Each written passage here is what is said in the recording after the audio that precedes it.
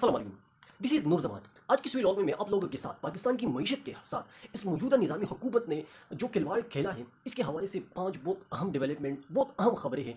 और एक पाकिस्तानी होने के नाते इसको पढ़ते हुए हमें भी दुख और दर्द महसूस होता है, लेकिन बहरहाल हम क्या कर सकते हैं, सिर्फ इसके खिलाफ आवाज़ उठा सकते हैं, लोगों को आगाह कर सकते हैं। तो 5 बड़ी खबरें क्या क्या है, इसके ऊपर हम तफसील के साथ बात करेंगे, ठीक है। तो सबसे पहले हम बढ़ते हैं कि एक और बड़ी कंपनी का पाकिस्तान से जाने का ऐलान, आईटी कंपनी है, ठीक है। ये माइक्रोसॉफ्ट, जिनका पाकिस्तान में यानी 25 साल बाद पाकिस्तान में अपनी सरगर्मियाँ बंद करने का फैसला, यानी जो माइक्रोसॉफ्ट कंपनी है, उन्होंने पाकिस्तान में अपना जो रोज़गार है, अपना जो कारोबार है, इनको बंद करने का फैसला किया है।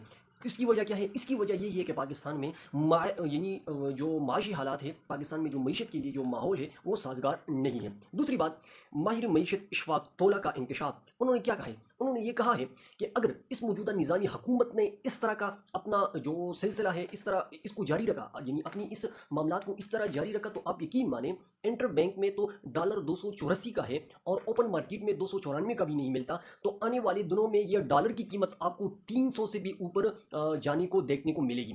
तो ये माहिर मईशत है, जो एक इंडिपेंडेंट माहिर मईशत है, वो ये बात कहते हैं कि अगर इस मौजूदा निज़ामी हुकूमत ने अपना किबला दुरुस्त ना किया और उन्होंने इसी तरह का मुल्क को चलने दिया, तो इससे पाकिस्तान को क्या नुकसान उठाना पड़ेगा कि फिर पाकिस्तान की जो करेंसी है वो 300 से डॉलर, यानी डॉलर का जो रेट है वो 300 से भी ऊपर चला जाएगा। तो इसके ऊपर इंडिपेंडेंटली पाकिस्तान की आवाम के ऊपर, इंडस्ट्री के ऊपर बहुत बड़ा असर पड़ने वाला है। तीसरी खबर, सोजक की जो है मौजूदा निज़ामी हुकूमत ने जो बिल पेश किया है बजट के हवाले से, तो इसकी वजह से सोजक की कंपनी ने अपनी गाड़ियों में यानी टैक्स वगैरह उनने लगाए, तो उन्होंने 2 लाख का इजाफा कर दिया। और जाहिर सी बात है, इनको यानी कंपनियों क्या करे, जब ऊपर से हुकूमत इनके ऊपर चार्जेस और इनके ऊपर टैक्स वगैरह लगाए, इनके लिए इनकी इकोनॉमिक पॉलिसी अच्छी नहीं होगी, तो फिर कंपनी क्या कर सकता है? फिर उस जो माइक्रोसॉफ्ट कंपनी है, इस तरह या तो अपने कारोबार को बंद करेगा, अगर कारोबार को बंद नहीं करेगा वो इसकी रेट को बढ़ाएगा, और जब रेट को बढ़ जाएगा तो इसकी खरीदो फरोख्त में कमी आएगी, तो फिर मजबूरन वो कंपनी जो है वो बंद होती चली जाएगी। तो ये तीसरी खबर थी। चौथी खबर जो है वो बहुत हैरान कौन है। LNG, इस मौजूदा निज़ामी हुकूमत की आप इस नाअहली को देखें, वो इन्होंने 3 यानी LNG की जो कार्गो है वो इन लोगों ने इंपोर्ट की हुई है, लेकिन चूंकि यहाँ पर गर्मी है तो यहाँ पर खपत यानी इसकी इस्तेमाल कम होती है। और दूसरी बात यह है कि यहाँ पर पाकिस्तान में इनके पास ज़ख़ीरे करने का कोई बंदोबस्त निज़ाम भी नहीं है, तो इस वजह से जो उन्होंने खतर से जो LNG ख़रीदी हुई है वो कार्गो वहाँ पर पड़े हैं, लेकिन इसका इस्तेमाल उस मिकदार में नहीं किया जा रहा। तो इससे जो मकामी कंपनी है, इनको कितना का नुकसान होगा? 37 करोड़ 80 लाख डॉलर का नुकसान होगा। तो ये तकरीबन 100 अरब रुपया बनते हैं।